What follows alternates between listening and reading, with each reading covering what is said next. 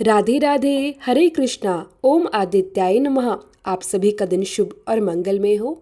आज ज्येष्ठ मास के कृष्ण पक्ष का छठवां दिन है।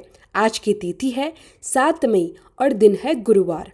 आज पंचमी तिथि सुबह 10:13 तक रहेगी। उसके बाद षष्ठी तिथि प्रारंभ हो जाएगी। आज साध्य योग दिन भर रहेगा। ज्येष्ठ मास का यह छठा दिन हमें उस स्थान तक ले जाता है जहाँ कथा केवल सुनने तक सीमित नहीं रहती, बल्कि वह दर्शन योग्य बन जाती है। यह दिन हमें स्वयं को देखने का एक अनमोल अवसर देता है, बिना किसी आवरण के, बिना किसी दिखावे के। जैसे कोई नदी अपने शांत बहाव में सब कुछ अपने साथ समेट लेती है, वैसे ही आज की यह कथा हमारे भीतर छिपे प्रश्नों, विकल्पों और भावनाओं को धीरे धीरे बाहर लाती है। इस दिन हम ना तो कुछ मांगते हैं, ना ही कुछ बदलने की इच्छा रखते हैं। बस अपने भीतर वही शांत और स्थिर दृष्टि लाने का प्रयास करते हैं जो योगियों की होती है, जो सच्चे भक्तों की होती है। हम एक बार फिर श्री कृष्ण से विनम्र निवेदन करते हैं, हे माधव, जो हम समझ नहीं पाए उसे अपनी कृपा से हमें समझा देना।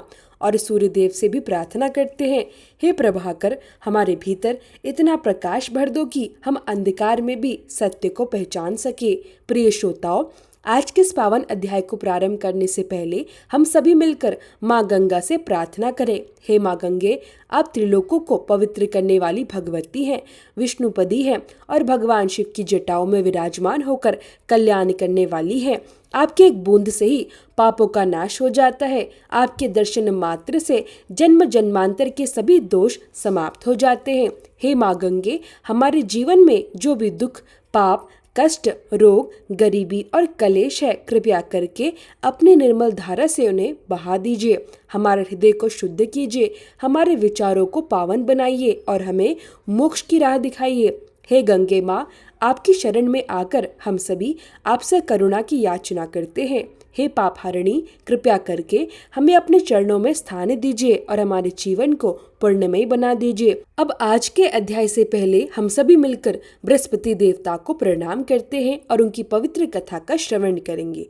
बृहस्पति देवता को सभी देवी देवताओं का गुरु माना गया है, जो प्रत्येक व्यक्ति को ज्ञान और सौभाग्य का वरदान प्रदान करते हैं। ऐसी मान्यता है कि यदि किसी व्यक्ति पर देव गुरु बृहस्पति की कृपा हो जाए तो उसके जीवन में किसी भी सुख या समृद्धि की कोई कमी नहीं रहती। पुराणों में बृहस्पति देव को महर्षि अंगिरा का पुत्र बताया गया है। कथा के अनुसार जब महर्षि अंगिरा की पत्नी को लंबे समय तक संतान प्राप्ति नहीं हुई, तब उन्होंने भगवान ब्रह्मा जी से प्रार्थना की। तब ब्रह्मा जी ने उन्हें एक विशेष व्रत बताया, जिसे पुष्वन व्रत कहा जाता है। इसके बाद महर्षि अंगिरा की पत्नी ने श्री सनत कुमारों से इस व्रत की संपूर्ण विधि जानकर पूरी श्रद्धा के साथ पुष्वन व्रत संपन्न किया। इस व्रत के पुण्य प्रभाव से उन्हें एक अत्यंत तेजस्वी पुत्र की प्राप्ति हुई, जिन्हें हम बृहस्पति के नाम से जानते हैं। नवग्रहों में श्रेष्ठ बृहस्पति केवल एक ग्रह ही नहीं, बल्कि देवताओं के भी गुरु हैं। महर्षि अंगिरा के 3 पुत्र हुए, बृहस्पति, उतथ्य और संवत्र, और उनमें बृहस्पति सबसे ज्येष्ठ अर्थात सबसे बड़े थे। बृहस्पति देव सत्व गुणों से युक्त वाणी, बुद्धि और ज्ञान के अधिष्ठाता हैं और साथ ही अत्यंत परोपकारी भी हैं। वे एक रूप में देवताओं के पुरोहित बनकर इंद्र सभा और ब्रह्मा सभा में विराजमान रहते हैं और दूसरे रूप में ग्रह बनकर नक्षत्र मंडल में प्रतिष्ठित हैं। देवताओं के गुरु बनने के पीछे बृहस्पति देव की एक अत्यंत सुंदर कथा स्कंद पुराण में वर्णित है, जिसके अनुसार एक समय बृहस्पति देव ने काशी में शिवलिंग की स्थापना कर घोर तपस्या की। उन्होंने लगातार 10,000 वर्षों तक कठोर तप किया। तब भगवान महादेव उस शिवलिंग से प्रकट हुए और बोले, मैं तुम्हारी तपस्या से अत्यंत प्रसन्न हूँ, तुम जो वर मांगना चाहो मांगो। तब बृहस्पति देव ने भगवान शिव की स्तुति करते हुए कहा, हे जगन्नाथ, आप त्रिगुणातीत हैं, जन्म मरण से परे हैं, तीनों लोकों में व्यापक हैं, भक्तों का उद्धार करने वाले और शरणागत वत्सल हैं। आपके दर्शन मात्र से ही मैं धन्य हो गया हूँ। मेरी सभी इच्छाएं पूर्ण हो गई हैं। अब मुझे कुछ भी प्राप्त करने की आवश्यकता नहीं है। बृहस्पति की इस भावपूर्ण स्तुति से प्रसन्न होकर भगवान महादेव ने उन्हें अनेक वरदान दिए। उन्होंने कहा, हे अंगिरस, तुमने अत्यंत महान तप किया है, इसलिए तुम इंद्र आदि देवताओं के पालक और ग्रहों में सर्वोच्च पूजनीय बनोगे और तुम्हारा नाम बृहस्पति होगा। महादेव ने आगे कहा, हे ग्रहाधीश, तुम महान वक्ता और विद्वान हो, इसलिए तुम्हारा एक नाम वाचस्पति भी होगा। जो भी प्राणी तुम्हारे द्वारा स्थापित इस बृहस्पतिश्वर लिंग की आराधना करेगा और तुम्हारी इस स्तुति का पाठ करेगा, उसे मनोवांछित फल प्राप्त होगा और ग्रहों से उत्पन्न कोई भी बाधा उसे परेशान नहीं करेगी। इतना कहकर भगवान महादेव ने सभी देवताओं को बुलाया और बृहस्पति देव को देवाचार्य तथा देवगुरु के पद पर प्रतिष्ठित कर दिया। बृहस्पतिवार व्रत की पौराणिक कथा के अनुसार प्राचीन समय की बात है। भारतवर्ष में एक राजा राज्य करता था। वह बहुत ही प्रतापी और दानी राजा था। वह नित्य प्रति मंदिर में भगवान के दर्शन करने जाया करता था। वह ब्राह्मणों और गुरुजनों की सेवा बड़ी श्रद्धा भाव से करता था। उसके द्वारा से कोई भी याचक कभी निराश होकर नहीं लौटता था। वह प्रत्येक गुरुवार को व्रत रखता और विधि विधान से पूजन करता था। हर दिन वह गरीबों की सहायता करता और दान पुण्य करता था। परंतु यह सभी बातें उसकी रानी को बिल्कुल भी अच्छी नहीं लगती थी। वह ना तो स्वयं व्रत करती थी और ना ही किसी को एक भी पैसा दान में देती थी, बल्कि वह राजा को भी ऐसा करने से मना किया करती थी। एक समय की बात है कि राजा शिकार खेलने वन में चले गए थे। घर पर केवल रानी और दासी ही थी। उसी समय गुरु बृहस्पति देव साधु का रूप धारण करके राजा के दरवाजे पर भिक्षा मांगने आए। जब साधु ने रानी से भिक्षा मांगी तो रानी कहने लगी, हे साधु महाराज, मैं इस दान और पुण्य से तंग आ चुकी हूँ। इस कार्य के लिए तो मेरे पति देव ही बहुत है। अब आप ऐसी कृपा करें कि हमारा सारा धन नष्ट हो जाए और मैं आराम से रह सकूं। साधु रूपी बृहस्पति देव ने कहा, हे देवी, तुम बड़ी विचित्र बात कह रही हो। संतान और धन से कोई दुखी नहीं होता, बल्कि हर कोई इन्हीं की इच्छा करता है।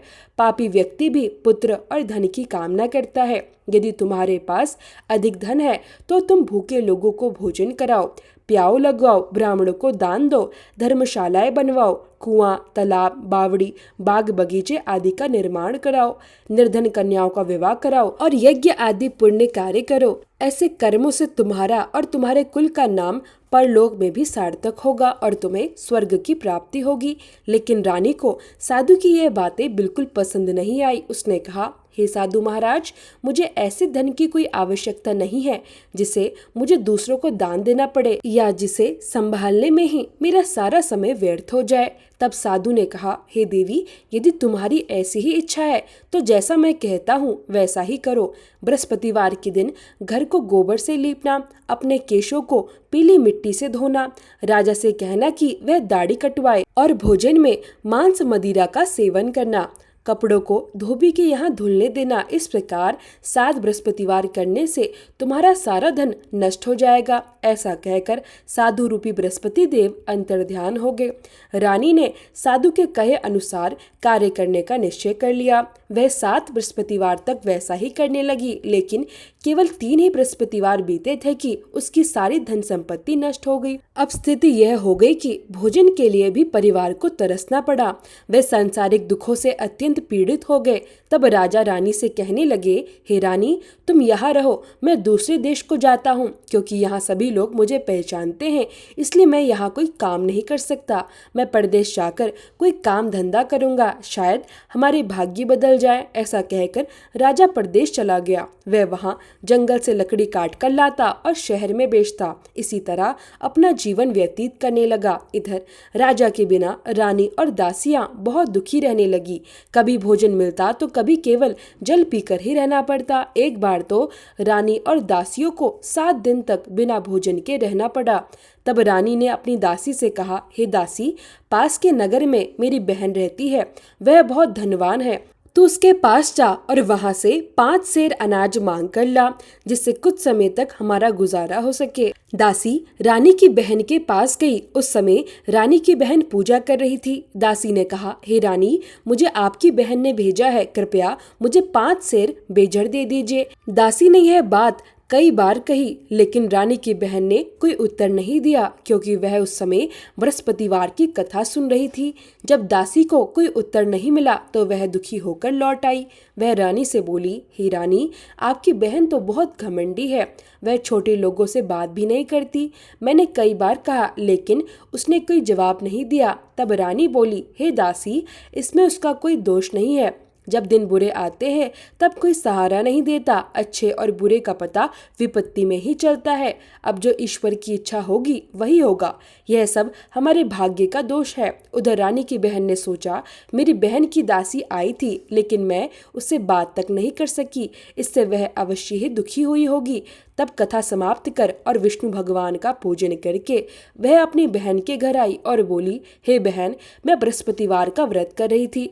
जब तक कथा चलती है तब तक ना हम ना उठते हैं और ना ही बोलते हैं, इसी कारण मैं कुछ कह नहीं सकी। बताओ दासी क्यों आई थी? रानी बोली, बहन, हमारे घर में अनाज नहीं था, इसलिए मैंने दासी को तुम्हारे पास अनाज लेने के लिए भेजा था। तब रानी की बहन बोली, बहन, बृहस्पति भगवान सबकी मनोकामनाएं पूर्ण करते हैं। देखो शायद तुम्हारे घर में ही अनाज रखा हो। यह सुनकर दासी घर के अंदर गई तो वहां उसे एक घड़ा बेझर का मिल गया। उसे यह देखकर बहुत हैरानी हुई क्योंकि उसने पहले ही एक एक बर्तन अच्छी तरह देख लिया था। वह तुरंत बाहर आई और रानी को सारी बात बताई। दासी अपनी रानी से कहने लगी, हे रानी, देखो, वैसे भी जब हमें अन्न नहीं मिलता था तब हम रोज व्रत ही तो करते हैं। अगर इनसे व्रत की विधि और कथा पूछ ली जाए तो हम भी इसे नियमित रूप से किया करेंगे। दासी की बात सुनकर रानी ने अपनी बहन से बृहस्पतिवार व्रत के बारे में पूछा। उसकी बहन ने बड़े प्रेम से बताया, हे रानी बहन, बृहस्पतिवार के दिन सूर्योदय से पहले उठकर स्नान करना चाहिए और व्रत रखना चाहिए, लेकिन ध्यान रहे उस दिन सिर नहीं धोना चाहिए। इस व्रत में चने की दाल और मुनक्का से भगवान विष्णु का केले के वृक्ष की जड़ में पूजन करना चाहिए और दीपक जलाना चाहिए। उस दिन एक ही समय भोजन करना चाहिए और भोजन भी पीले पदार्थों का ही होना चाहिए। साथ ही साथ कथा अवश्य सुननी चाहिए। इस प्रकार व्रत करने से गुरु भगवान प्रसन्न होते हैं, अन्न, पुत्र और धन का आशीर्वाद देते हैं और सभी मनोकामनाएं पूर्ण करते हैं। व्रत और पूजन की विधि समझाकर रानी की बहन अपने घर लौट गई। अब रानी और दासी दोनों ने निश्चय किया कि वे बृहस्पति देव भगवान का पूजन अवश्य करेंगी। 7 दिन बाद जब बृहस्पतिवार आया तो उन्होंने व्रत रखा। वह गुड़ लेने के लिए बाहर गई और चना व गुड़ बिन कर लाई। फिर उसकी दाल बनाकर केले की जड़ में तथा भगवान विष्णु का पूजन किया। अब समस्या यह थी कि पीला भोजन कहाँ से आए। दोनों बहुत दुखी हो गई, लेकिन उन्होंने सच्चे मन से व्रत किया था, इसलिए बृहस्पति देव भगवान उनसे प्रसन्न थे। तभी एक साधारण व्यक्ति के रूप में वे स्वयं आए और 2 थालों में सुंदर पीला भोजन लेकर दासी को देते हुए बोले, हे दासी, यह भोजन तुम्हारे और रानी के लिए है, तुम दोनों इसे ग्रहण कर लेना। दासी भोजन पाकर बहुत प्रसन्न हुई और रानी से बोली, रानी जी, आइए भोजन कर लीजिए। रानी को भोजन आने की कोई जानकारी नहीं थी, इसलिए उसने कहा, जाओ तुम ही भोजन कर लो, क्यों व्यर्थ में हमारी हंसी उड़ाती हो। तब दासी बोली, रानी, सच में एक व्यक्ति भोजन देकर गया है। रानी ने फिर कहा, वह भोजन तुम्हारे लिए ही होगा, तुम ही खा लो। दासी ने बहुत समझाया, वह व्यक्ति हम दोनों के लिए 2 थालों में भोजन देकर गया है, इसलिए हम दोनों साथ बैठकर भोजन करेंगे। फिर दोनों ने पहले गुरु भगवान को नमस्कार किया और उसके बाद भोजन ग्रहण किया। इसके बाद से वह हर बृहस्पतिवार को नियम पूर्वक व्रत और पूजन करने लगी। बृहस्पति भगवान की कृपा से उनके पास अब धन आ गया, लेकिन कुछ समय बाद रानी फिर से पहले की तरह आलस्य करने लगी। तब दासी ने समझाया, देखो रानी, तुम पहले भी ऐसे ही आलस्य करती थी, इसी कारण तुम्हारा सारा धन नष्ट हो गया था। अब गुरु भगवान की कृपा से तुम्हें फिर से धन मिला है और तुम फिर वही गलती कर रही हो। बहुत कठिनाइयों के बाद हमें यह धन मिला है, इसलिए हमें दान पुण्य करना चाहिए। भूखे लोगों को भोजन कराओ, प्याऊ लगवाओ, ब्राह्मणों को दान दो, कुआं, तालाब और बावड़ी बनाओ, मंदिर और पाठशाला बनवाकर दान करो, कुंवारी कन्याओं का विवाह कराओ और धन को अच्छे कार्यों में लगाओ, जिससे तुम्हारे कुल का यश बढ़े और स्वर्ग की प्राप्ति हो और पितर भी प्रसन्न हो। दासी की बात मानकर रानी ने ऐसे ही शुभ कार्य करने शुरू कर दिए, जिससे उसका यश चारों ओर फैलने लगा। एक दिन रानी और दासी आपस में सोचने लगे, न जाने राजा किस अवस्था में होंगे, उनकी कोई खबर नहीं है। उन्होंने बृहस्पति देव से प्रार्थना की। तब भगवान ने रात में राजा को स्वप्न में कहा, हे राजा उठो, तुम्हारी रानी तुम्हें याद कर रही है, अब अपने देश वापस लौट जाओ। सुबह होते ही राजा जंगल में लकड़ियां काटने के लिए निकल पड़ा।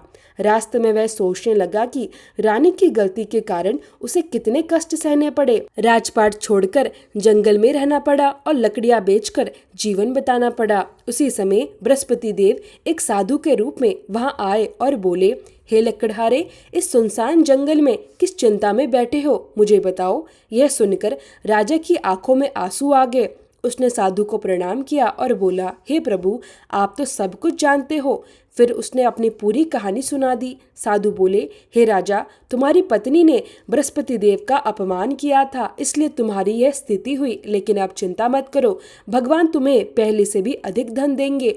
तुम्हारी पत्नी ने बृहस्पतिवार का व्रत शुरू कर दिया है, अब तुम भी यह व्रत करो। चने की दाल और गुड़ जल के लोटे में डालकर केले के वृक्ष की पूजा करो और कथा सुनो, इससे भगवान तुम्हारी सभी इच्छाएं पूरी करेंगे। साधु की बात सुनकर राजा बोला, हे प्रभु, मुझे लकड़ी बेचकर इतना धन नहीं मिलता कि भोजन के बाद कुछ बचा सकूं।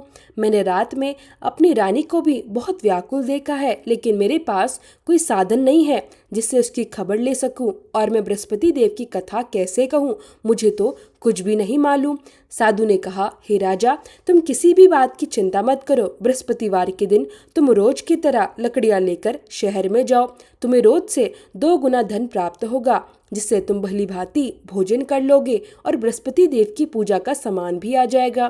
बृहस्पतिवार की कथा कुछ इस प्रकार है, ध्यान से सुनो। प्राचीन काल में एक बहुत ही निर्धन ब्राह्मण था। उसकी कोई संतान नहीं थी।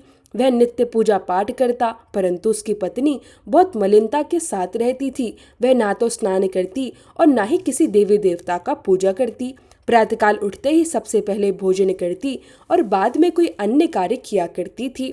ब्राह्मण देवता बहुत दुखी रहते थे। वे अपनी पत्नी को बहुत समझाते, किंतु कोई परिणाम नहीं निकलता। भगवान की कृपा से ब्राह्मण की पत्नी ने कन्या को जन्म दिया। वह कन्या अपने पिता के घर में धीरे धीरे बड़ी होने लगी। वह बालिका प्रातःकाल उठकर स्नान करती और भगवान विष्णु का जप किया करती थी। वह बचपन से ही बृहस्पतिवार का व्रत भी करने लगी थी। पूजा पाठ समाप्त करके जब वह स्कूल जाती तो अपनी मुट्ठी में जौ भरकर ले जाती और पाठशाला जाने के मार्ग में डालती जाती। वहीं जौ सोने के हो जाते और जब वह लौटती तो उन्हें बीनकर घर ले आती। एक दिन वह बालिका सूप में उन सोने की जौ को फटक कर साफ कर रही थी। तभी उसकी माँ ने उसे देख लिया और कहने लगी, हे बेटी, सोने की जौ को फटकने के लिए तो सोने का सूप होना चाहिए।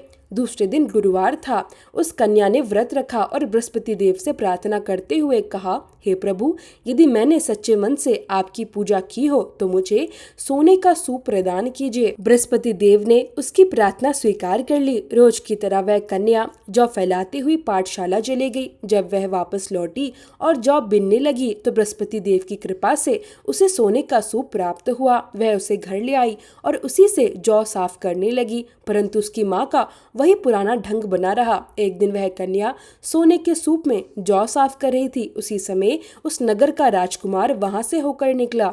उस कन्या का रूप और सोने के सूप में जौ साफ करते हुए उसे देखकर वह उस पर मोहित हो गया। राजमहल में लौटकर उसने भोजन और जल का त्याग कर दिया और उदास होकर लेट गया। जब राजा को यह समाचार मिला कि राजकुमार ने अन्न जल का त्याग कर दिया है तो वह अपने मंत्रियों के साथ उसके पास पहुंचे और बोले, हे बेटा, तुम्हें किस बात का कष्ट है? क्या किसी ने तुम्हारा अपमान किया है या कोई और कारण है? मुझे बताओ, मैं वही करूंगा जिससे तुम्हें प्रसन्नता हो। तब राजकुमार ने कहा, मुझे किसी बात का दुख नहीं है और ना ही किसी ने मेरा अपमान किया है, परंतु मैं उस लड़की से विवाह करना चाहता हूँ जो सोने के सूप में जौ साफ कर रही थी। यह सुनकर राजा आश्चर्यचकित हो गया और बोला, हे बेटा, ऐसी कन्या का पता तुम ही लगाओ, मैं अवश्य ही तुम्हारा विवाह उससे करवा दूंगा। राजकुमार ने उस लड़की के घर का पता बता दिया।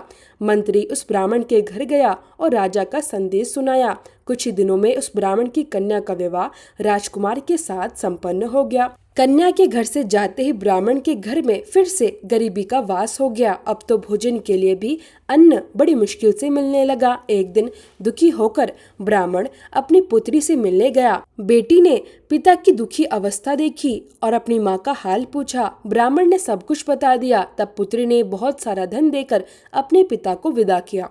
कुछ समय तक ब्राह्मण सुख से रहा, लेकिन फिर से वही स्थिति हो गई। फिर वह अपनी पुत्री के पास गया। इस बार पुत्री ने कहा, हे पिताजी, अब माता जी को भी यहाँ ले आइए। मैं उन्हें वही विधि बताऊंगी जिससे गरीबी दूर हो जाएगी। जब माँ आई तो पुत्री ने समझाया, हे माँ, प्रातःकाल उठकर स्नान करो और भगवान विष्णु की पूजा करो, इससे सारी दरिद्रता दूर हो जाएगी। लेकिन उसकी माँ ने एक भी बात नहीं मानी। वह प्रातःकाल उठकर अपनी पुत्री का बचा हुआ जूठन खा लेती थी। एक दिन पुत्री को क्रोध आ गया। उसने एक कमरे में सारा सामान निकालकर अपनी माँ को उसमें बंद कर दिया। सुबह उसे बाहर निकालकर स्नान कराया और पूजा करवाई। इससे उसकी माँ की बुद्धि बदल गई। इसके बाद वह नियमित रूप से पूजा करने लगी और हर बृहस्पतिवार व्रत रखने लगी। इस व्रत के प्रभाव से वह बहुत ही धनवान हो गई और अंत में स्वर्ग को प्राप्त हुई। ब्राह्मण ने भी सुखपूर्वक जीवन बिताकर स्वर्ग प्राप्त किया। इस प्रकार कथा कहकर साधु महाराज वहां से चले गए। समय बीतता गया और फिर बृहस्पतिवार आया। राजा लकड़ियां बेचने शहर गया और उस दिन उसे पहले से अधिक धन प्राप्त हुआ। उसने चना और गुड़ लाकर व्रत किया, जिससे उसके सभी कष्ट दूर हो गए। परंतु अगले गुरुवार वह व्रत करना भूल गया, जिससे बृहस्पति देव नाराज हो गए। उस दिन उस नगर के राजा ने एक विशाल यज्ञ का आयोजन किया था। अपने समस्त राज्य में घोषणा करवा दी कि कोई भी मनुष्य अपने घर में भोजन ना बनाए और आग भी ना जलाए। समस्त जनता मेरे यहाँ भोजन करने आए। इस आज्ञा को जो नहीं मानेगा उसको फांसी की सजा दे दी जाएगी। राजा की आज्ञा के अनुसार राज्य के सभी निवासी राजा के भोज में सम्मिलित हुए, लेकिन लकड़हारा कुछ देर से पहुंचा, इसलिए राजा उसको अपने साथ महल में अंदर ले गए।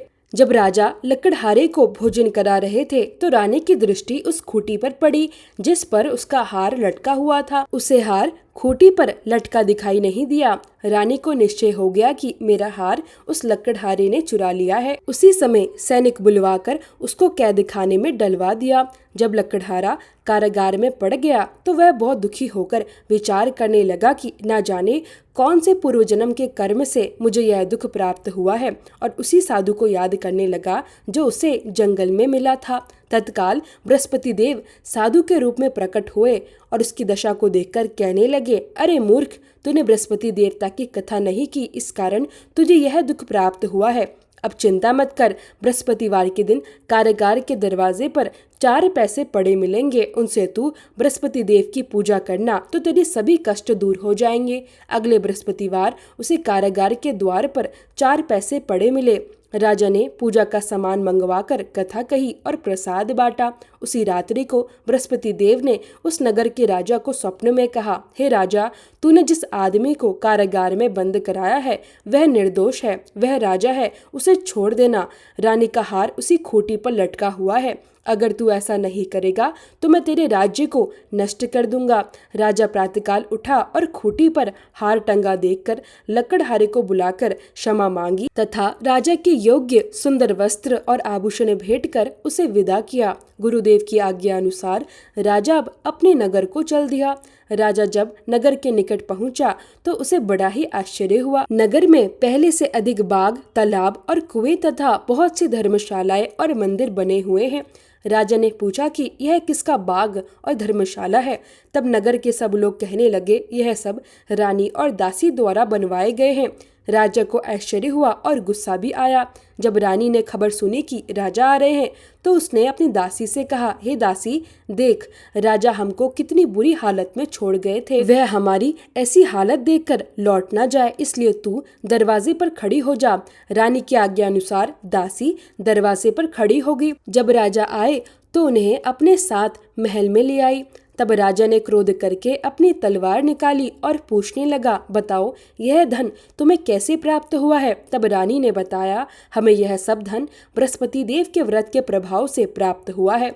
राजा ने तब निश्चय किया कि मैं रोजाना दिन में 3 बार कथा कहा करूंगा तथा रोज व्रत किया करूंगा। अब हर समय राजा के दुपट्टे में चने की दाल बंधी रहती तथा दिन में 3 बार वह कथा कहता। एक दिन राजा ने विचार किया कि चलो अपनी बहन के यहाँ चले। इस तरह का निश्चय कर राजा घोड़े पर सवार होकर अपनी बहन के यहाँ चल पड़ा।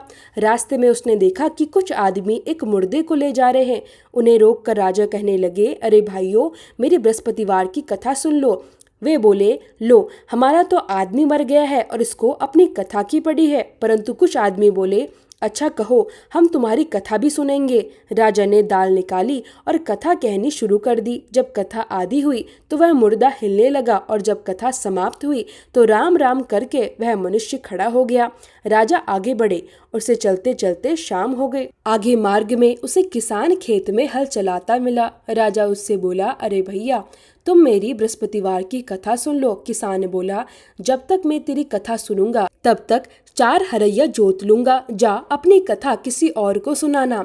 राजा आगे चलने लगा। राजा के हटते ही बैल पछाड़ खाकर गिर गए तथा किसान के पेट में बहुत जोर से दर्द होने लगा। उसी समय किसान की माँ रोटी लेकर आई। उसने यह सब देखा तो अपने पुत्र से सब कुछ हाल पूछा। बेटे ने सभी हाल बता दिया। बुढ़िया दौड़ी दौड़ी उस घुड़सवार के पास गई और उससे बोली, मैं तेरी कथा सुनूंगी, तू अपनी कथा मेरे खेत पर ही चलकर कहना। राजा ने लौटकर बुढ़िया के खेत पर जाकर कथा कही, जिसके सुनते ही बैल खड़े हो गए और किसान के पेट का दर्द भी बंद हो गया। अब राजा अपनी बहन के घर पहुंच गया। बहन ने भाई की खूब मेहमानी की। दूसरे दिन प्रातःकाल राजा जगा तो देखने लगा कि सब लोग भोजन कर रहे हैं। राजा ने अपनी बहन से पूछा कि ऐसा कोई मनुष्य है जिसने भोजन ना किया हो, जो मेरी बृहस्पतिवार की कथा सुन ले। तो बहन बोली, हे भैया, ये देश ऐसा ही है। पहले यहाँ के लोग भोजन करते हैं, बाद में अन्य कोई काम करते हैं। अगर पड़ोस में कोई होगा तो देख कर आती हूँ। ऐसा कहकर बहन देखने चली, परंतु उसे कोई भी ऐसा व्यक्ति नहीं मिला जिसने अभी तक भोजन ना किया हो। फिर वह एक कुम्हार के घर गई जिसका लड़का बीमार पड़ा था। उसे पता चला कि उसके यहाँ 3 दिन से किसी ने भोजन नहीं किया है। रानी ने अपनी भाई की कथा सुनने के लिए कुम्हार से कहा तो वह तैयार हो गया। तब राजा ने जाकर बृहस्पतिवार की कथा कही, जिसको सुनकर उसका लड़का ठीक हो गया। अब तो राजा की प्रशंसा होने लगी। एक दिन राजा ने अपनी बहन से कहा, हे बहन, अब मैं अपने घर जाऊंगा, तुम भी तैयार हो जाओ। राजा की बहन ने अपनी सास से अपने भाई के साथ जाने की आज्ञा मांगी तो सास बोली, चली जा, परंतु अपने लड़कों को मत ले जाना, क्योंकि तेरे भाई की कोई संतान नहीं है।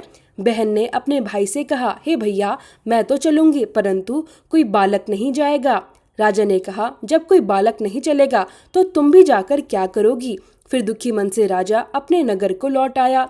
राजा ने अपनी रानी से कहा, हम निसंतान हैं, इसलिए हमारे घर आना कोई पसंद नहीं करता। हम निर्वंशी राजा हैं। ऐसा कहकर वह बिना भोजन किए शैया पर लेट गया। रानी बोली, हे प्रभु, बृहस्पति देव ने हमें सब कुछ दिया है, वे हमें संतान भी अवश्य देंगे। उसी रात बृहस्पति देव ने राजा को सपने में कहा, हे राजा, उठ, सभी सोच त्याग दे, तेरी रानी गर्भ से है। राजा को यह जानकर बड़ी प्रसन्नता हुई।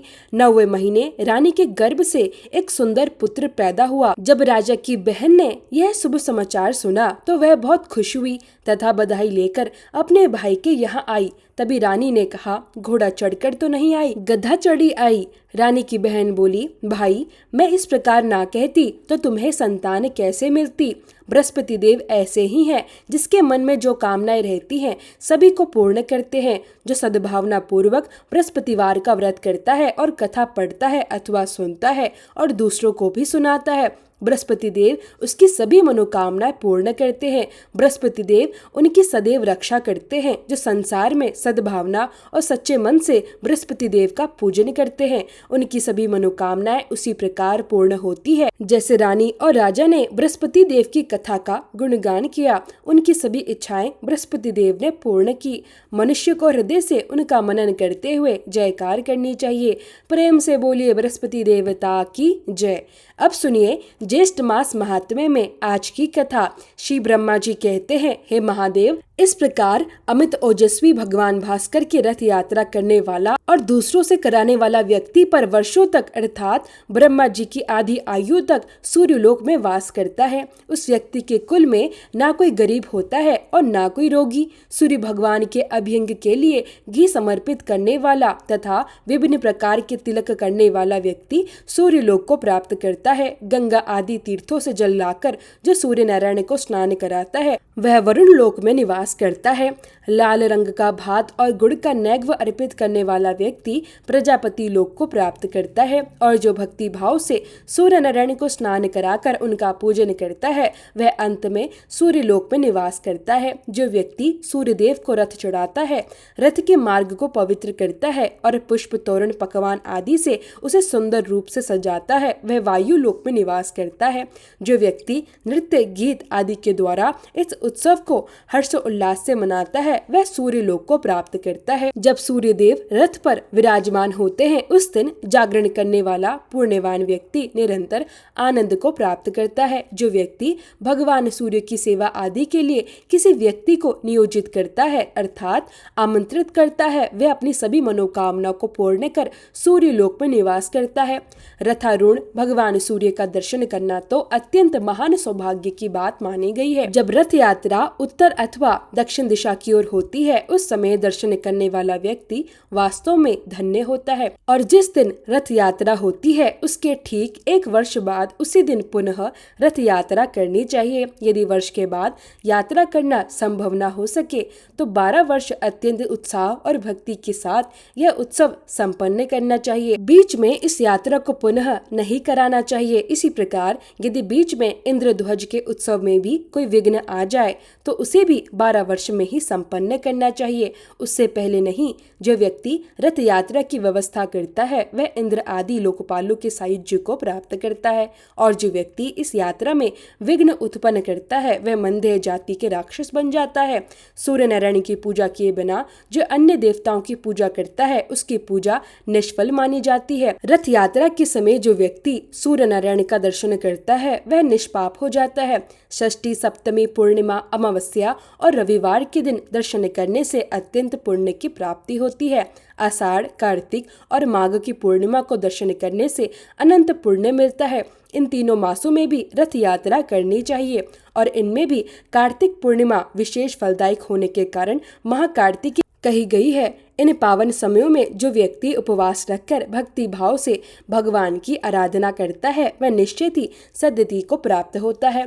संसार पर कृपा करने के लिए सूर्यदेव प्रतिमा में स्थित होकर स्वयं पूजन को स्वीकार करते हैं। जो व्यक्ति मुंडन कराकर स्नान, जप, होम, दान आदि करता है वह विधिवत दीक्षित हो जाता है। सूर्य भक्तों को अवश्य ही मुंडन कराना चाहिए। जो व्यक्ति इस प्रकार विधि पूर्वक दीक्षित होकर सूर्य नारायण की आराधना करता है वह परम गति को प्राप्त करता है। महादेव जी इस रथ यात्रा के विधान का मैंने विस्तार से वर्णन किया है। इसे जो भी श्रद्धा से पढ़ता है या सुनता है वह सभी प्रकार के रोगों से मुक्त हो जाता है और जो व्यक्ति विधि पूर्वक रथ यात्रा का आयोजन करता है वह सूर्य लोक को प्राप्त करता है। अब रथ सप्तमी तथा भगवान सूर्य की महिमा का वर्णन भी सुनिए।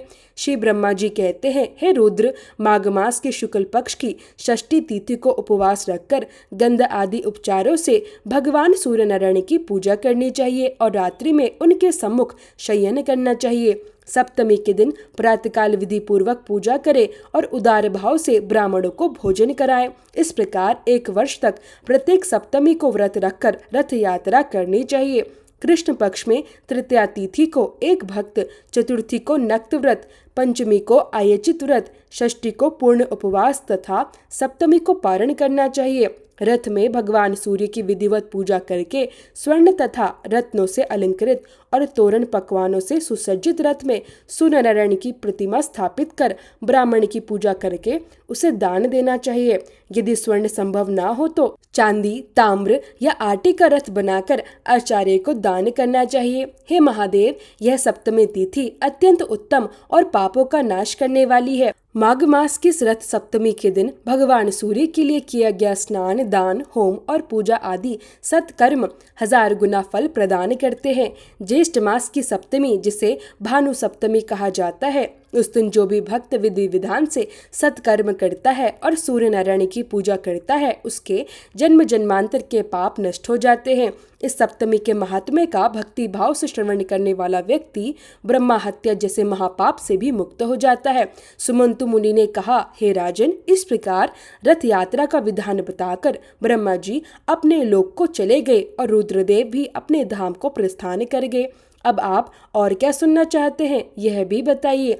राजा शैतानिक बोले, हे महाराज, सूर्यदेव के प्रभाव का मैं कहाँ तक वर्णन करूं, क्योंकि उन्हीं के अनुग्रह से युधिष्ठिर आदि मेरे पितामह को वह अक्षय पात्र प्राप्त हुआ था जो सभी प्रकार का दिव्य भोजन प्रदान करता है, जिससे वह वन में रहते हुए भी ब्राह्मण को संतुष्ट किया करते थे। जिन भगवान सूर्य की देवता, ऋषि, सिद्ध और मनुष्य निरंतर आराधना करते हैं और जिनके महात्म्य को बार बार सुनते हैं, फिर भी मुझे उनका महात्म्य सुनकर कभी तृप्ति नहीं होती, जिनसे यह संपूर्ण विश्व उत्पन्न हुआ है और जिनके उदय होने से ही समस्त संसार सक्रिय हो जाता है, जिनके हाथों से लोक पूज्य ब्रह्मा जी और विष्णु जी उत्पन्न हुए तथा जिनके ललाट से भगवान शंकर प्रकट हुए हैं, उनके प्रभाव का वर्णन भला कौन कर सकता है। अब मैं यह सुनना चाहता हूँ कि जिस मंत्र, स्तोत्र, दान, स्नान, जप, पूजन, होम, व्रत तथा उपवास आदि कर्मों के करने से भगवान सूर्य प्रसन्न होकर सभी कष्टों को निवृत्त करते हैं, अर्थात दूर करते हैं और संसार सागर से मुक्त करते हैं, आप उन्हीं उत्तम मंत्र, स्तोत्र, रहस्य, विद्या, पाठ, व्रत आदि को बताइए, जिनसे भगवान सूर्य का कीर्तन हो और जीवा धन्य हो जाए, क्योंकि जीवा भी वही धन्य होती है जो भगवान सूर्य का स्तवन करती है। सूर्य की आराधना के बिना यह शरीर तो वास्तव में व्यर्थ है। एक बार भी सूर्य नारायण को प्रणाम करने से प्राणी का भवसागर से उद्धार हो जाता है। रत्नों का आश्रय मेरु पर्वत, आश्रयों का आश्रय आकाश, तीर्थों का आश्रय गंगा और अन्य सभी देवताओं के आश्रय भगवान सूर्य हैं। हे मुनि, इस प्रकार अनंत गुणों वाले भगवान सूर्य के महात्म्य को मैंने बहुत बार सुना है। देवगण भी भगवान सूर्य की ही आराधना करते हैं, यह भी मैंने सुना है। अब मेरा यही दृढ़ संकल्प है कि संपूर्ण प्राणियों के हृदय में निवास करने वाले तथा स्मरण मात्र से समस्त पाप तापों को दूर करने वाले भगवान सूर्य की भक्ति पूर्वक उपासना कर मैं भी संसार से मुक्त हो जाऊं। अब सुनिए भगवान सूर्य द्वारा योगों का वर्णन और ब्रह्मा जी द्वारा दिंडी को दिया हुआ क्रिया योग का उपदेश। सुमंत मुनि कहते हैं, हे राजन, ऋषियों को जिस प्रकार ब्रह्मा जी ने सूर्य नारायण की आराधना के विधान का उपदेश दिया था, उसे मैं अब आपको सुनाता हूँ। आप ध्यान पूर्वक सुनिए। किसी समय ऋषियों ने ब्रह्मा जी से प्रार्थना की थी कि हे महाराज, सभी प्रकार की चित्तवृत्ति के निरोध रूपी योग को आपने केवल्य पद देने वाला कहा है, किंतु यह योग अनेक जन्मों की कठिन साधना के द्वारा ही प्राप्त हो सकता है, क्योंकि इंद्रियों को बलात् आकर्षित करने वाले विषय अत्यंत दुर्जयी हैं। मन किसी प्रकार से स्थिर नहीं होता, राग देश आदि दोष भी नहीं छूटते और मनुष्य भी अल्प आयु होते हैं, इसलिए योग सिद्धि की प्राप्ति अत्यंत कठिन प्रतीत होती है। अतः आप ऐसे किसी सरल साधन का उपदेश दीजिए जिससे बिना अधिक परिश्रम के ही निस्तार हो सके। तब ब्रह्मा जी कहने लगे, हे मुनीश्वरों, यज्ञ, पूजन, नमस्कार, जप, व्रत, उपवास और ब्राह्मण भोजन आदि से सूर्य नारायण की आराधना करना ही इसका मुख्य उपाय है। यही क्रिया योग है। मन, बुद्धि, कर्म और दृष्टि, इन सब के द्वारा सदैव सूर्य नारायण की आराधना में तत्पर रहना चाहिए। वे ही पर ब्रह्मा, अक्षर, सर्वव्यापी, सर्वकर्ता, अव्यक्त, अचित और मोक्ष प्रदान करने वाले हैं। अतः आप उनकी आराधना करके अपने मनोवांछित फल को प्राप्त करें और इस भव सागर से मुक्त हो जाएं। ब्रह्मा जी से यह सुनकर मुनिगण सूर्य नारायण की उपासना रूपी क्रिया योग में तत्पर हो गए। हे राजन, विषयों में डूबे हुए इस संसार के दुखी जीवों को सुख प्रदान करने वाले सूर्य नारायण के अलावा और कोई नहीं है, इसलिए उठते बैठते, चलते फिरते, सोते जागते, भोजन करते हुए हर समय सूर्य नारायण का स्मरण करें, भक्ति पूर्वक उनकी आराधना में प्रवृत्त हो जाएं, जिससे जन्म मरण आदि व्याधियों से युक्त इस संसार रूपी समुद्र से तुम पार हो सकोगे। जो पुरुष जगत के कर्ता, सदा वरदान देने वाले, दयालु और ग्रहों के स्वामी श्री सूर्य नारायण की शरण में जाता है, वह अवश्य ही मुक्ति प्राप्त करता है। सुमंतु मुनि ने पुनः कहा, हे राजन, प्राचीन काल में दिंडी को ब्रह्मा हत्या का पाप लग गया था। उस पाप से मुक्ति पाने के लिए उन्होंने बहुत दिनों तक सूर्य नारायण की आराधना और स्तुति की। उनकी भक्ति से प्रसन्न होकर भगवान भगवान सूर्य उनके समक्ष प्रकट हुए। भगवान सूर्य ने कहा, हे दंडन, तुम्हारी भक्ति से की गई स्तुति से मैं अत्यंत प्रसन्न हूँ। अब तुम अपना इच्छित वर मांगो। तब दंडी ने विनम्रता से कहा, हे महाराज, आपने स्वयं दर्शन देकर मुझे धन्य कर दिया। यही मेरे लिए सबसे बड़ा सौभाग्य और सर्वोत्तम वर है। पुण्यहीनों और पापियों के लिए आपका दर्शन सदैव दुर्लभ होता है। हे प्रभु, आप सबके हृदय में स्थित हैं, अतः आप सबका अभिप्राय भली भांति जानते हैं। हे प्रभु, मुझे जो ब्रह्मा हत्या का पाप लगा है उसे तो आप जानते ही हैं। अब आप मुझ पर ऐसा अनुग्रह कीजिए कि मैं इस निंदित पाप से और अन्य सभी पापों से शीघ्र मुक्त हो जाऊं। हे सूर्य नारायण, मैं सफल मनोरथ हो जाऊं। आप मुझे ऐसा उपाय बताइए जिसके आचरण से संसार के सभी प्राणी सुखी हो सके। दिंदी के इन वचनों को सुनकर योगवेता भगवान सूर्य ने उन्हें निर्बीज योग का उपदेश दिया, जो दुखों के निवारण के लिए औषधि के समान है। तब दिंडी ने पुनः हाथ जोड़कर प्रार्थना की, हे महाराज, यह निष्कल योग अत्यंत कठिन है। इंद्रियों को जीतना, मन को स्थिर करना, अहंकार और शरीर का अभिमान त्यागना, ममता छोड़ना और रोग देश से बचना, यह सब अत्यंत कठिन साधन है। ये सब बातें अनेक जन्मों के अभ्यास से ही संभव होती है। अतः आप ऐसा सरल साधन बताइए जिससे बिना अधिक परिश्रम के ही फल की प्राप्ति हो सके। तब भगवान सूर्य कहने लगे, हे गणनाथ, यदि तुम्हें मुक्ति की इच्छा है तो समस्त कलेशों का नाश करने वाले क्रिया योग को सुनो। अपने मन को मुझ में लगाओ, भक्ति से मेरा भजन करो, मेरा यजन करो, मेरे परायण हो जाओ, आत्मा को मुझ में लगा दो, मुझे नमस्कार करो, मेरी भक्ति करो, संपूर्ण ब्रह्मांड मुझ में परिव्याप्त समझो। ऐसा करने से तुम्हारे संपूर्ण दोषों का विनाश हो जाएगा और तुम मुझे प्राप्त कर लोगे। भली भांति मुझ में आसक्त हो जाने पर राग, लोभ आदि दोषों के नाश हो जाने से कृतकृत्यता हो जाती है। अपने मन को स्थिर करने के लिए सोना, चांदी, ताम्र, पाषाण, काष्ठ आदि से मेरी प्रतिमा का निर्माण कराकर या मेरा चित्र बनवाकर विविध उपचारों से भक्ति पूर्वक उसका पूजन करो। सर्वभाव से प्रतिमा का आश्रय ग्रहण करो। चलते फिरते, भोजन करते, आगे पीछे, ऊपर नीचे, हर समय उसी का ध्यान करो। उसे पवित्र तीर्थों के जल से स्नान कराओ। गंध, पुष्प, वस्त्र, आभूषण, विविध नैग्व और जो भी पदार्थ स्वयं को प्रिय हो उन्हें अर्पण करो। इन विविध उपचारों से मेरी प्रतिमा को संतुष्ट करो। कभी गाने की इच्छा हो तो मेरी मूर्ति के आगे मेरा गुणानुवाद गाओ। सुनने की इच्छा हो तो हमारी कथा सुनो। इस प्रकार मुझ में अपने मन को अर्पण करने से तुम्हें परम पद की प्राप्ति हो जाएगी। सभी कर्म मुझ में अर्पण कर दो। डरने की कोई बात नहीं है। मुझ में मन लगाओ, जो कुछ करो मेरे लिए करो। ऐसा करने से तुम ब्रह्मा हत्या आदि सभी पाप दोषों से शीघ्र ही मुक्त हो जाओगे। इसलिए तुम इस क्रिया योग का आश्रय ग्रहण करो। सूर्य भगवान की यह वाणी सुनकर दंडी बोले, हे महाराज, इस अमृत रूप क्रिया योग को आप विस्तार से कहिए, क्योंकि आपके बिना कोई भी इसे बताने में समर्थ नहीं है। यह अत्यंत गोपनीय और पवित्र है। तब भगवान सूर्य कहने लगे, तुम चिंता मत करो। इस संपूर्ण क्रिया योग का ब्रह्मा जी तुम्हें विस्तार पूर्वक उपदेश करेंगे और मेरी कृपा से तुम इसे ग्रहण करोगे। इतना कहकर तीनों लोकों के दीप स्वरूप भगवान सूर्य अंतर्ध्यान हो गए और दंडी भी ब्रह्मा जी के धाम को चले गए। ब्रह्मालोक पहुंचकर दंडी ने सूर्यश्रेष्ठ चतुर्मुख ब्रह्मा जी को प्रणाम करके कहा, हे प्रभु, मुझे भगवान सूर्यदेव ने आपके पास भेजा है। आप कृपया करके मुझे क्रिया योग का उपदेश दे, जिसके सहारे मैं शीघ्र ही भगवान सूर्य को प्रसन्न कर सकूं। तब श्री ब्रह्मा जी बोले, हे दंडी, गणाधीप भगवान सूर्य का दर्शन करते ही तुम्हारी ब्रह्मा हत्या नष्ट हो गई। तुम भगवान सूर्य के कृपा पात्र हो। यदि सूर्य नारायण की आराधना करने की तुम्हारी इच्छा है तो पहले दीक्षा ग्रहण करो, क्योंकि दीक्षा के बिना उपासना नहीं होती। अनेक जन्मों के पुण्य से ही भगवान सूर्य में भक्ति उत्पन्न होती है। जो पुरुष भगवान सूर्य से देश रखता है, ब्राह्मण तथा वेदों की निंदा करता है, उसे अवश्य ही अधम समझना चाहिए। माया के प्रभाव से ही अधम पुरुष कुकर्म में प्रवृत्त होते हैं और जब उनके पाप क्षीण होते हैं तब सूर्य की आराधना के लिए दीक्षा लेने की इच्छा उत्पन्न होती है। इस भवसागर में डूबते हुए मनुष्यों का हाथ पकड़कर उनका उद्धार करने वाले एकमात्र भगवान सूर्य ही हैं। इसलिए तुम दीक्षा ग्रहण कर भगवान सूर्य में तन्मय होकर उनकी उपासना करो। इससे शीघ्र ही भगवान सूर्य तुम पर प्रसन्न होंगे। दंडी ने पूछा, हे महाराज, दीक्षा का अधिकारी कौन है और दीक्षा ग्रहण करने के बाद क्या करना चाहिए, कृपया यह भी बताइए। तब श्री ब्रह्मा जी कहने लगे, हे दंडी, दीक्षा ग्रहण करने की इच्छा रखने वाला व्यक्ति को मन, वचन और कर्म से हिंसा नहीं करनी चाहिए। सूर्य भगवान में भक्ति रखनी चाहिए। दीक्षित ब्राह्मण को सदा नमस्कार करना चाहिए।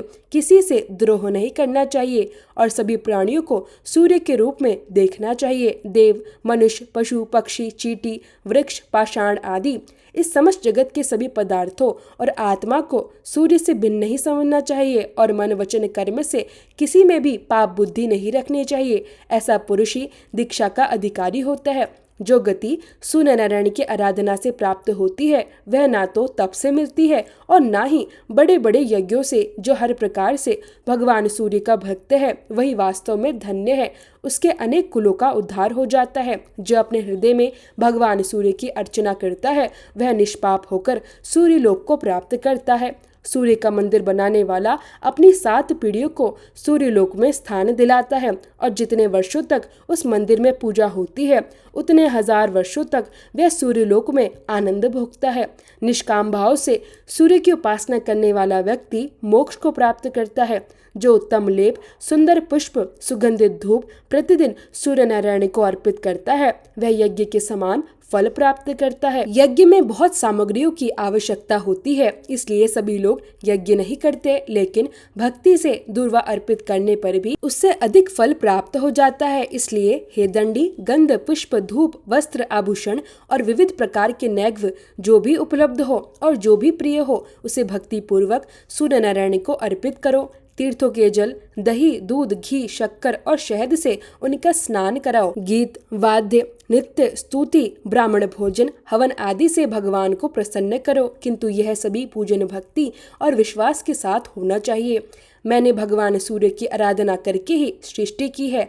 विष्णु उनके अनुग्रह से जगत का पालन करते हैं और रुद्र ने उनकी कृपा से संहार शक्ति प्राप्त की है।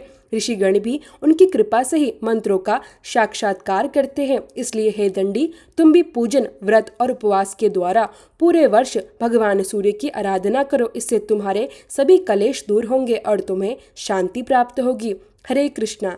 आज के अध्याय में बस इतना ही। अब सुनिए श्री सूर्य चालीसा का पाठ। श्री रवि हरत हो घोरतम, अगिर्त किरण पसारी, वंदन करूं तब चरणन में, अर्घ देऊं जलधारी। सकल सृष्टि के स्वामी हो, सचराचर के नाथ, निस्तिन होत तुमसे ही, होवत संध्या प्रभात। जय भगवान सूर्य तमहारी, जय खगेश दिनकर शुभकारी।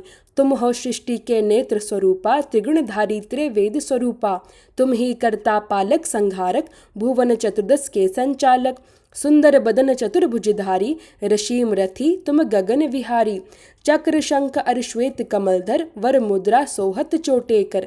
शीश मुकुट कुंडल गलमाला, चारु तिलक तब भाल विशाला। सप्त अश्वरथ अतिकृत गामी, अरुण साथी गति अविरामी।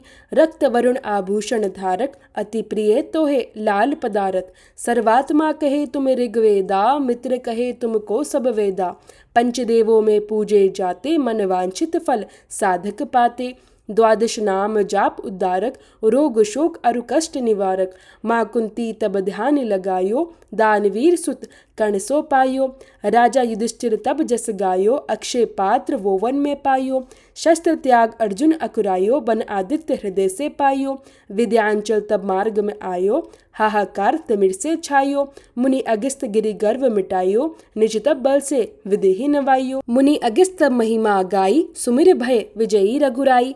तोहे विरोक मधुर फल जाना, मुख में लीन्ही तोहे हनुमाना।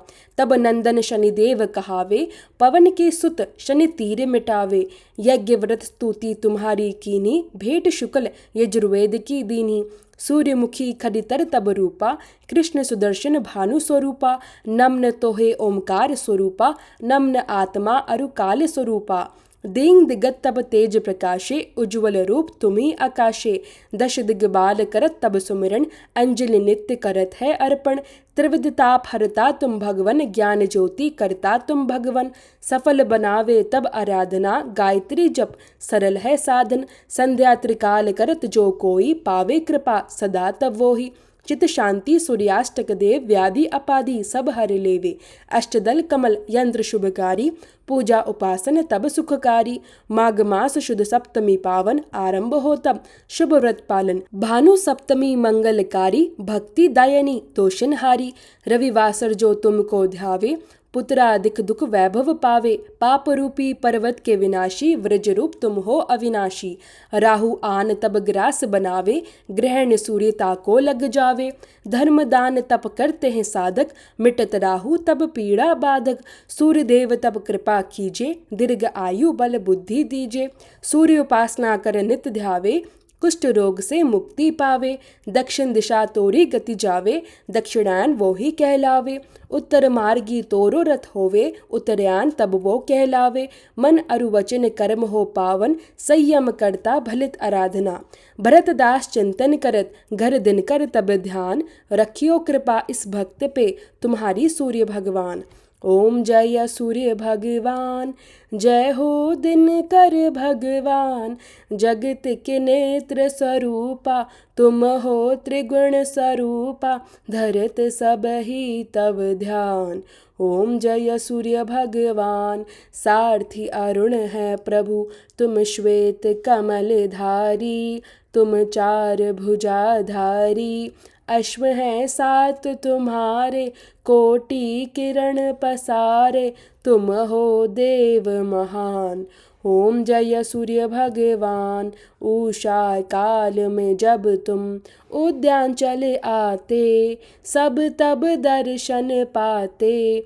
फैलाते उजियारा, जागता तब जग सारा।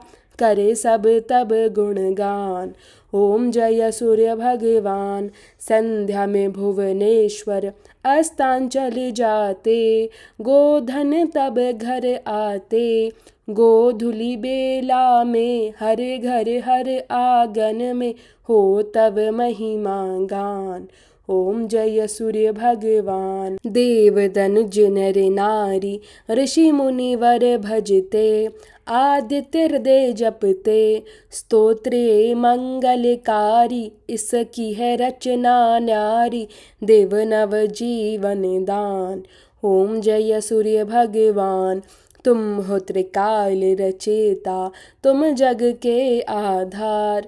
महिमा तब परम्पार, प्राणों का सींचन करके। भक्तों को अपने देते, बल बुद्धि और ज्ञान। ओम जय सूर्य भगवान, भूचर जलचर खेचर, सबके हो प्राण तुम्ही। सब जीवों के प्राण तुम्ही, वेद पुराण बखाने। धर्म सभी तुम्हें माने, तुम हो सर्वशक्तिमान। ओम जय सूर्य भगवान, पूजन करती दिशाएं, पूजे दश दिक्पाल। तुम भुवनों के प्रतिपाल, ऋतुएं तुम्हारी दासी। तुम शाश्वत अविनाशी, शुभकारी अंशुमान। ओम जय सूर्य भगवान, ओम जय सूर्य भगवान। जय हो दिनकर भगवान, जगत के नेत्र स्वरूपा। तुम हो त्रिगुण स्वरूपा, धरत सब ही तब ध्यान। ओम जय सूर्य भगवान।